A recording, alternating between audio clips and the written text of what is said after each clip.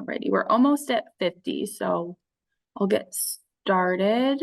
Thank you for joining us today. Good afternoon. Just to let everyone know, the recording will be up on the website at a later date. So if someone at your organization is unable to attend this meeting, we are recording it and we will be posting it to the CCN website. And then additionally, I will be sending out the slides as well. So be on the lookout for that. My email is ahawley@carecompassnetwork.org. Today's agenda, there are 3 items and 3 CCN personnel speaking. We have an overview of Care Compass Network Information Platform from Ken Green.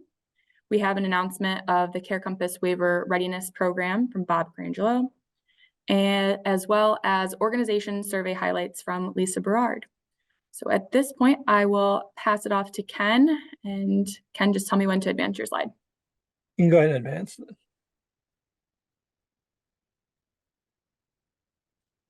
So as part of the strategy, we're implementing a CCN closed loop referral platform.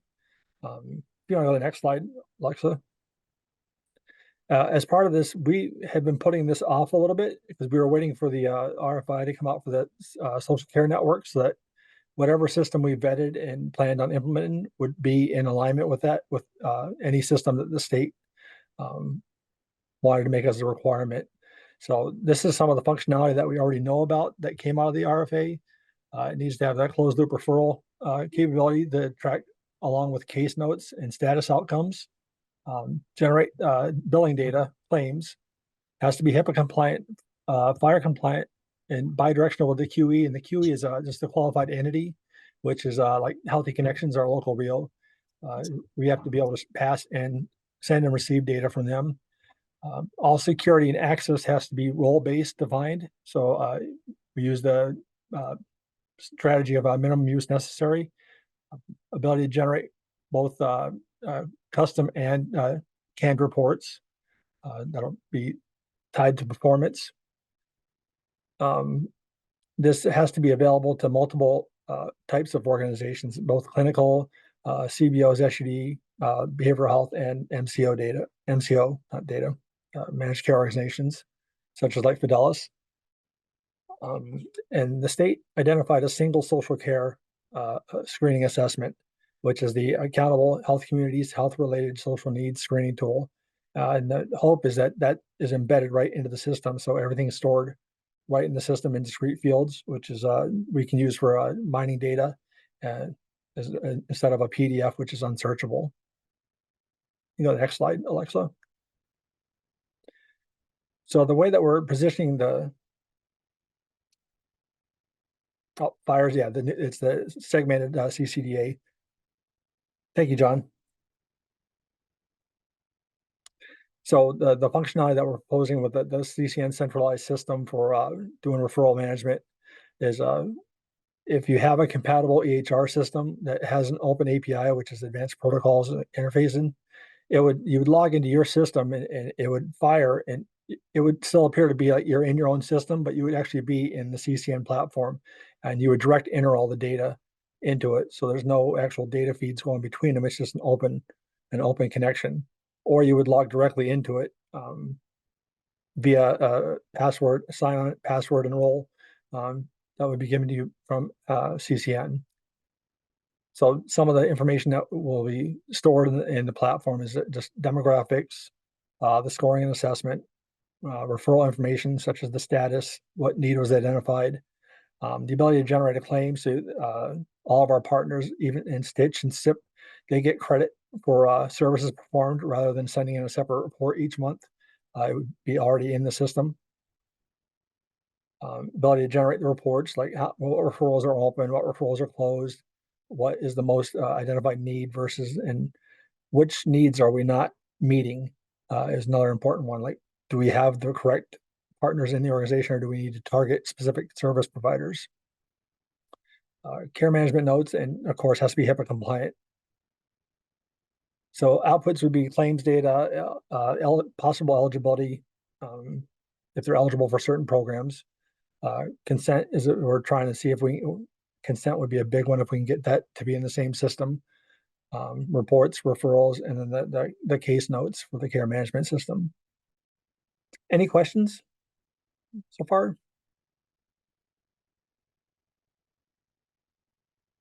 No, we can go to the next one, Alexa.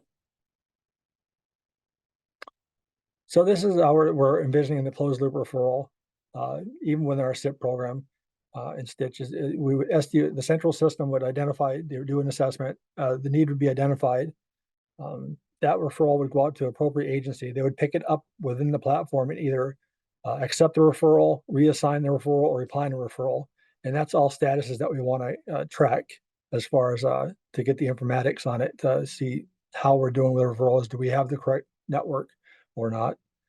So once the status is updated, if it's marked complete, then that would actually generate a credit or a claim that would be right in the central system, which goes back to the reporting. Instead of sending out a monthly report, we would already have that available to pull and say, so-and-so organization did 20 navigations, so-and-so already did 15 food services. So instead of possibly putting in two separate sources, it would be a single source just to centralize it.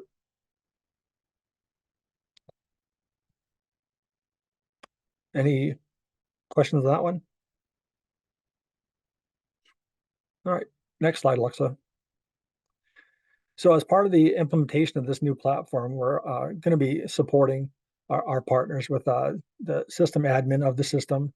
We'll be setting up the access and doing the vendor management so that it's as minimal lift as we can on the actual partners that are logging into the system or connecting to the system. So that would include in-user training, which we're still figuring out how we're going to do that. If we're going to train the models, or we're going to do manuals, have the vendor do it. That's all part of our vetting process is how to do it, how we're going to handle the training. And then there's potential for possible infrastructure dollars to go through. Like if a partner, well, I got a slide that actually details a little more detail on that. So if we can go to, we expanded upon some of these. So if we go to the next one. So as far as like the system admin and user support, this is where we set up the access and security. Either ourselves, centrally at CCN IT would reset passwords, or the vendor would reset the passwords. We're trying to get as much of this into our hands versus having to go through the vendor, because we think that we could rectify access issues quicker than actually going through the vendor, but that's still TBD. System troubleshooting, such as like we're supposed to be able to see this data and we can't, so it'd be stuff that we think we can handle versus what would actually have to go to the vendor for a bigger troubleshooting error. Maintenance and system updates, that would be handled through the vendor for the most part. Report generation, we would hopefully be able to generate and create as many reports as we can ourselves, rather than getting the vendor involved. And of course, the vendor management, so everything CCN would be working directly with the vendor, so that would be out of the partner organization's hands. Go to the next one. So as I said, we'll be doing the system and end user training and security. So like I said, we're going to use best practices, minimum use necessary. As part of the onboarding process for anyone connected to the system, we have to make sure that they've been trained about how to handle PHI, how to handle, make sure they're HIPAA compliant. And so we're still working on how we would actually handle that training process. Would they go through the same training as a CCN employee before they get their user ID and password? Or will we use like HW apps, or if the partner already has that security in place, we would just need them to check off that this has been completed, because that would be a requirement before they actually get access to the system, that all the training has been completed. You know, the next one, Alexa. So we have the possible infrastructure support. So if a partner has they're hiring 3 new personnel for any SIP or Stitch or any other program, and they're going to connect to the central platform, but they don't have the hardware like a laptop. There's potential for us to fund those laptops to get them connected to the system, so that they can share information into it as far as the program data. There's potential for the interfacing, like if they have the open API, which is the connection, we would help if there was a fee involved with it, such as like if you're using an Epic and they're connecting to a different system, and they have that API already built, but they might charge a monthly fee, or they might charge. There's potential for us to cover that as well, which we'll look at case by case. But we're trying to make the burden on our partner organizations as minimal for financial impact, as well as impact as far as like the getting into the system and training and all that. We're really trying to alleviate a lot of that. So I think that's my last slide on that one. Any questions on the plans or what we're doing with our central system or closed loop referral and how we're going to help the partners? I'm sorry, this is Dr. Carter. I missed the first part of the presentation. There's a vendor that's going to be involved with this. Has that been ascertained at the moment, or is that still being thought out? That's still being worked on. We're actually releasing an RFI either tomorrow or early next week, and then we're going to go through a vetting process. Okay, thank you. Thank you.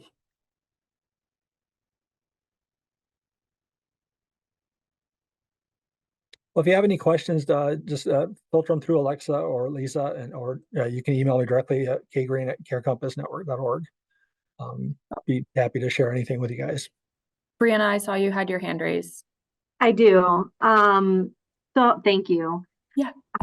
And I apologize too if I missed this. I came in a few minutes late, but I know, so I'm in the Finger Lakes region. I work with Care First New York, and I know that we were reorganized from being a CCN location for the 115 last time, 1115, excuse me.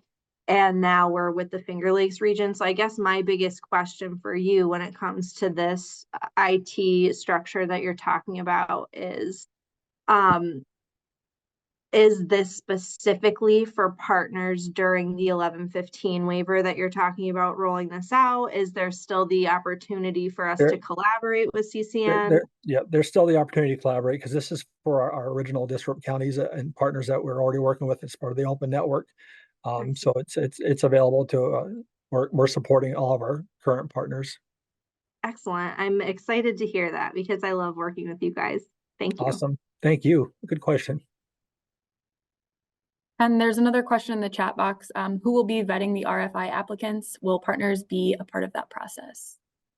Some partners might be asked to help vet. We're still determining the committees that are going to vet through the RFI process, but that has gone through our IT and data governance committee, and I know a few members on that committee are partners, and they're gonna help with the vetting and scoring process as well.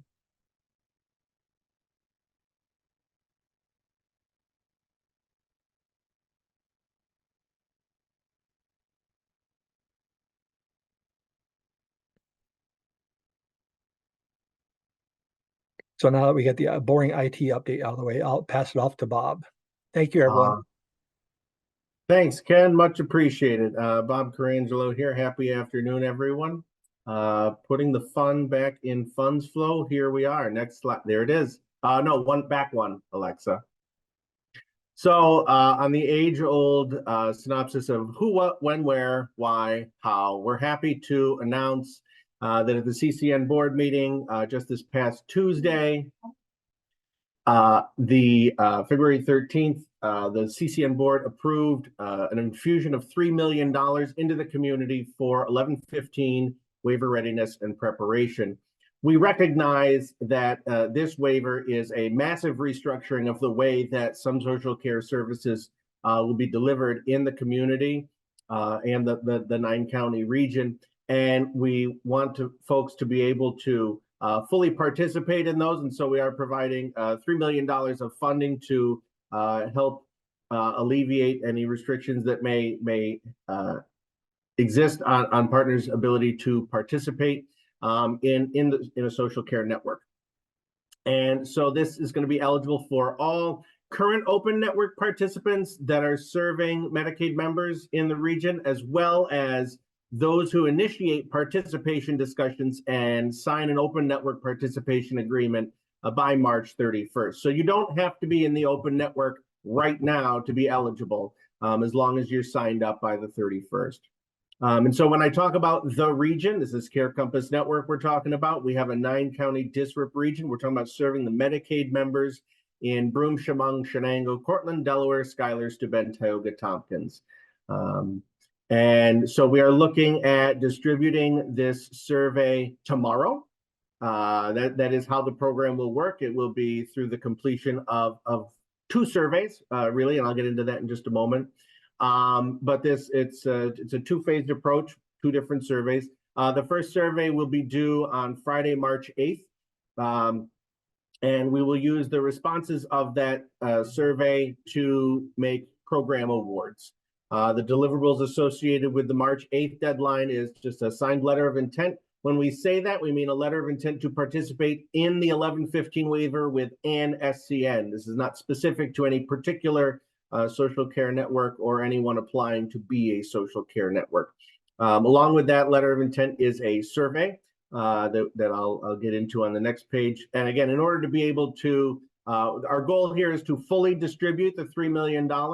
And so in order to do that and to properly allocate it, we do have to have a cutoff. And we want to get this money into the community quickly.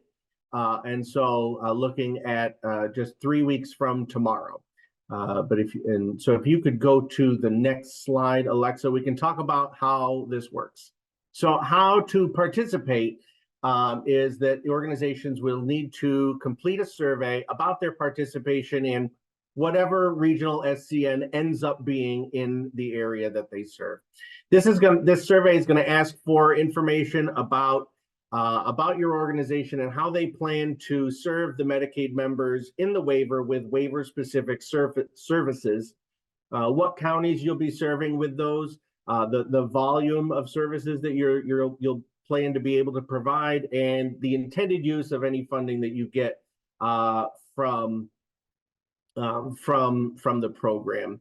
And the program awards, as listed here, they'll be based on whether or not you currently use a closed loop referral system, the number of health-related social needs services your organization plans to provide in the waiver. There are 18 listed. Part of the survey will be a definitions document, which will outline what those are. And so you just look at that list and you say how many of those you either currently provide or that you would like to provide. Part of this whole waiver is that we understand that there are going to be gaps across the region in services needed versus services available.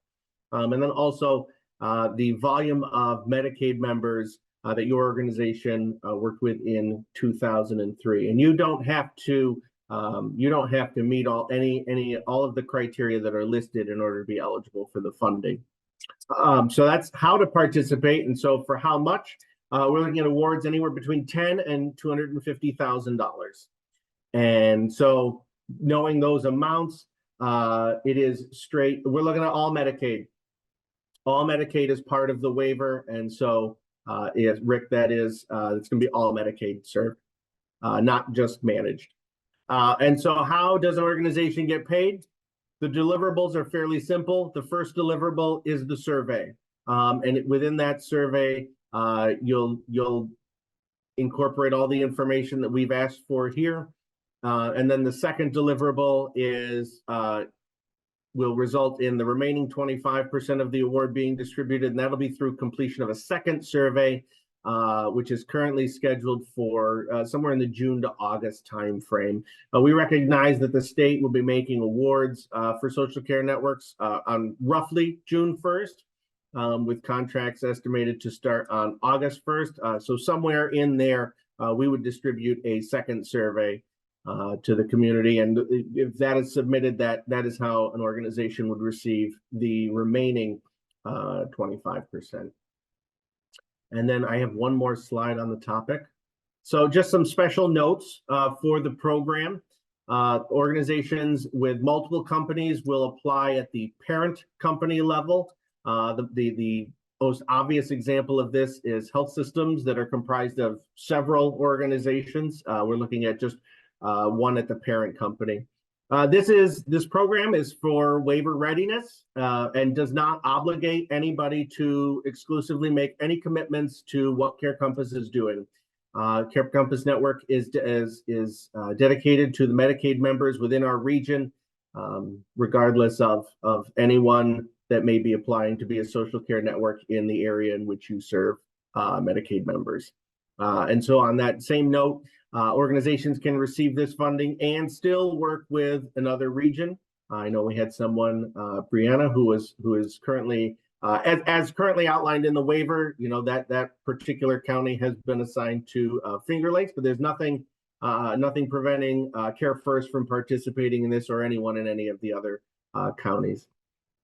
In terms of estimated key dates, we are looking at completing the award calculations and making distributions for payments less than $150,000 on March 14th.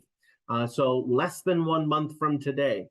And then within the week after that, we would have a special CCN Finance Committee meeting to authorize any payments over 150. And then the following Thursday, we would issue any of those payments. What will waiver readiness entail? Sure, Christine, thank you. So we're looking, it's really, I mean, there's a lot to learn and understand in the waiver. We want to provide funding to allow folks to have an opportunity to either, you know, fully to better understand how the waiver will work, how their organization would be able to participate.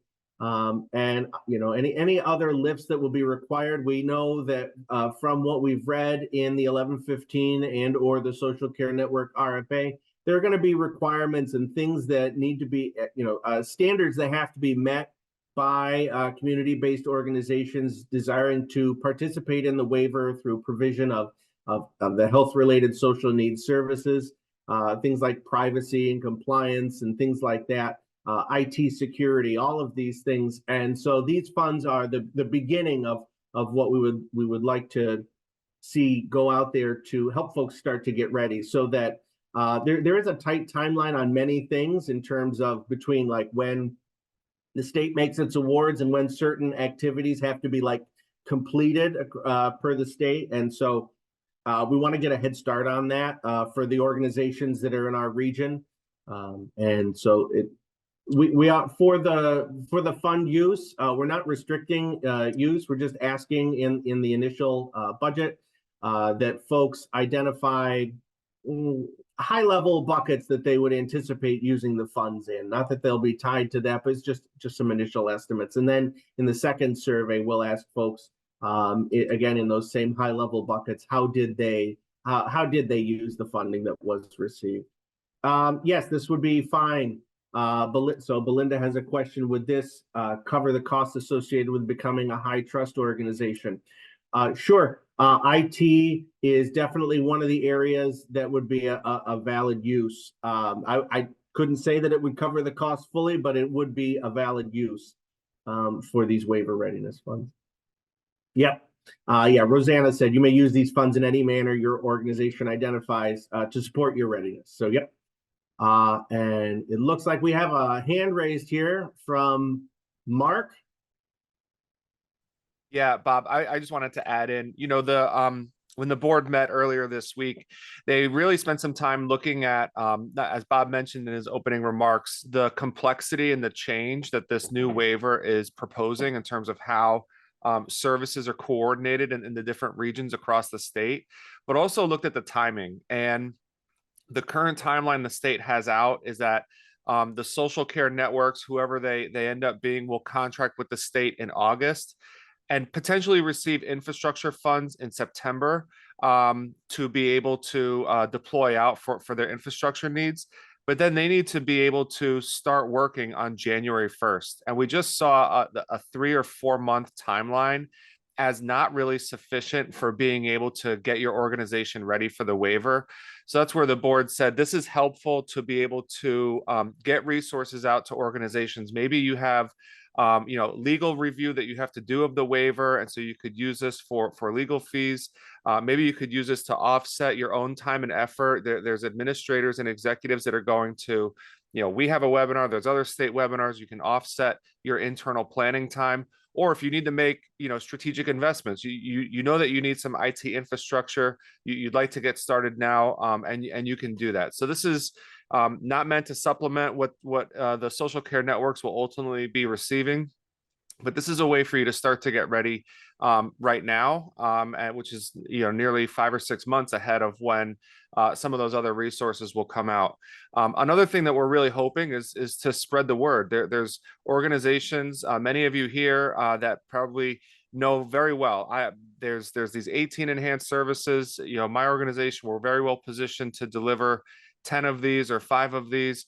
But some organizations haven't gone through that yet, and that's going to be critical. Otherwise, they're not going to know how to engage with the social care network. So this program is as much a readiness program as much it is like an awareness campaign to help the community understand what is their potential role in the waiver. So I just wanted to give a little bit of color comment on what Bob said. So I'll hand back to you, Bob. Thanks, Mark. That is it on this slide. And then there is on the following slide, we do have some key highlights for the survey. As we noted, with a distribution date of tomorrow and a due date of March 8th, that's about 3 weeks. And so we thought it important that folks would like to have an understanding as we walk away here with what that survey entails. And depending on the volume of health-related social needs your organizations provides, there could be 40 to 150 questions. And that we're ballparking 30 to 90 minutes to maybe gather information, run some reports out of your system to get referral volume and that kind of information. And then 30 to 90 minutes potentially to populate the submission form. This will all be electronic through Smartsheet. And as I said, a summary document or a definitions document will go with that to help more clearly define some of the things that we're looking for. And as Mark had noted, this is open to all current open network members, but also those who would like to join the open network as long as they're able to do so by March 31st. So feel free to share this survey. The link is not specific to any one organization, so it will work. And if you are not on there will be a drop-down list for your organization, but if you're not in it, you can just hit other, and organizations not currently in the open network will be happy to apply and submit their information and participate in the program. Bob, there's a question in the chat. Yes. It says, what organizational contacts will the survey be sent to? I'm not sure if you have that answer, but. Yes, we're looking at submitting this, sending this out, I believe, Lisa, based on our discussions, the executive director list. Correct. Thank you. So Belinda, you.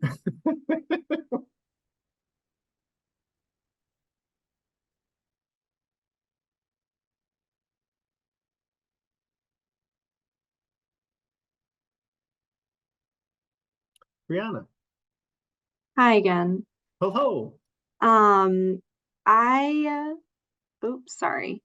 I just want to make sure that I'm grasping the information and the next steps. So the survey is coming out tomorrow. We should make sure our executive members are looking out for that. And then based on the responses of that, it's measuring our readiness to participate. But we don't necessarily need to be like 100% ready. The funds that are being distributed as a result of the survey can help us get ready. Right, that is exactly the purpose. It is highly unlikely that there's really anyone on this call that's 100% ready to participate in a social care network. Well, that's a relief. Yes. Excellent. And gosh, can I just say, I'm so glad that I didn't say like, oh, I don't need to attend the CCN webinar because I'm not in their area anymore. Like, thank goodness. And I guess my other question was, in terms of readiness, I am just making notes of what those funds might be applied to. And our organization is in a position where some of the programs that would meet these needs have like struggled because of funding over the past year. is staffing something that this could go to? Like if we needed to hire Absolutely. a case manager or Yes, that something? is, yes. So I don't recall the exact buckets that we asked for folks in the survey. But I do know that HR/staffing is one of them. And we also have an other where folks can fill in some other purpose. But like Rosanna said in the chat just a few minutes ago, any manner your organization identifies that will support your readiness to provide services during the waiver. Wow, that's excellent. Thank you. And Bob, I'll add in, and it looks like Sue Ellen may have just asked this question. Sorry, my internet connectivity was going bad, so I had to turn my camera off. This is specifically targeting the Southern Tier Medicaid members. That's who these funds have been set aside for. That's the district counties. So this is to the best of your ability, we're targeting Medicaid members that are assigned to the 9-county Southern Tier region. You might have an office in Northern Pennsylvania. You might have an office in a county that's outside the region that serves that population. That's certainly acceptable. But if you have an office, out of the region that doesn't serve the Southern Tier Medicaid member, you would have to just make that decision and not include those numbers in your submission. So I just want to clarify that it's not all Medicaid. It's specifically New York Medicaid and those individuals that receive services or are attributed to the Southern Tier region. So I've had 2 questions come in. Yeah, so for possibly 3, 4, maybe. Haven't gotten that far scrolling down. So for Sue Ellen's, it's patients that have Medicaid as a payer, and as Mark alluded to, also within the that are within the 9-county region. Let's see. The number of Medicaid members served the number of people that we provided a Medicaid billable service to, or those we served that had Medicaid eligibility. It is those who are on Medicaid. Whether you provided a billable service to those individuals or not, you worked with those individuals, and if they had Medicaid, then it is those people. Oh, and I like the last one. It's just a thank you. That's an easy one. You're very welcome. We're happy to put this out there.